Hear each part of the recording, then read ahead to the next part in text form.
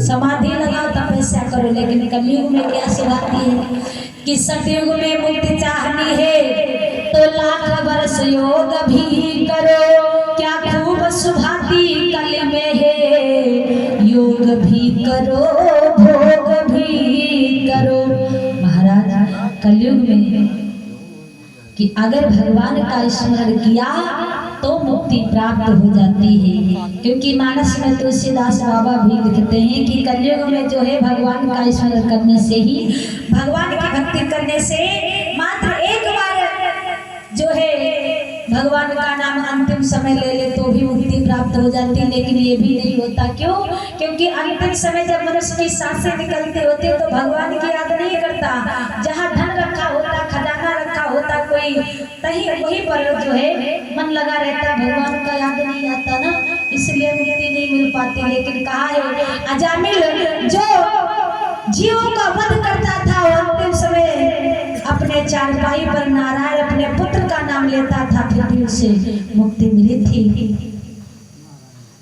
तो आज कलयुग कहता है महाराज और युगों में चाहिए ज्ञान योग की शक्ति, और कलयुग में आधार है राम की भक्ति। महाराज कलयुग में चाहे जितना पाप करो, लेकिन अगर भगवान का जो है स्मरण किया तो मुक्ति प्राप्त हो जाती है। कहा है कलयुग केवल कलयुग नहीं है, कलयुग भी है। अगर आपने जो अधर्म किया है, कुकर्म किया है, उसका फल आपको अवश्य भोगना पड़ेगा, चाहे इस जन्म या फिर अगले जन्म। कहा है कलयुग में मुक्ति मिलेगी, लेकिन जो श्रद्धा भाव से सच्चे दिल से जो है कभी अपराध ना करे और भगवान का स्मरण करेगा, उसी को। ये नहीं कि हम इतना पाप करें, अत्याचार करें, एक बार भगवान का नाम ले ले मुक्ति प्राप्त, ऐसा नहीं कहा है कि कलयुग के मलना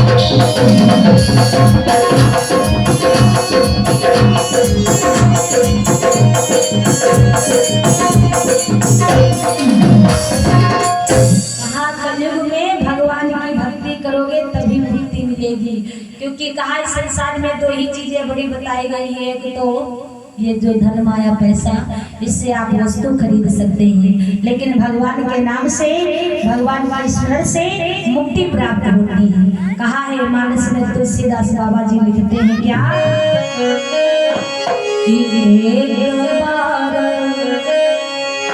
कि भगवान का स्मरण करने से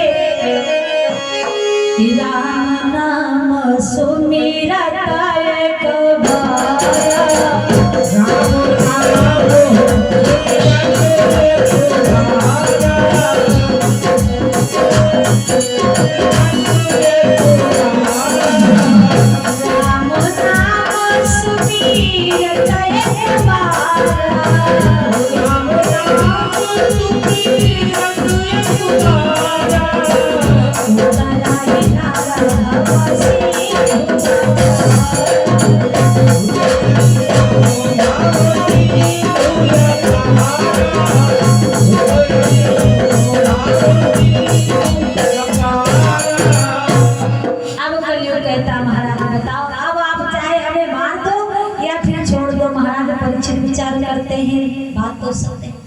क्योंकि कलयुग चार भाई हैं, सतयुग, त्रेता, द्वापर और कलयुग, ये चारों भाई हैं। आज परीक्षित महाराज कहने लगे तुम्हारी वजह से जो है सबको परेशानी होती, कहीं और जाके रहे हो। तो कलयुग कहने लगा महाराज कोई आप ही स्थान बता दो। तो महाराज परीक्षित कहने लगे जहाँ पर जो है जुएबाजी होती हो, जहाँ पर वेश्याएं निवास करती हो, जहाँ पर झूठ बोला जिस जगह पर दूसरों के धन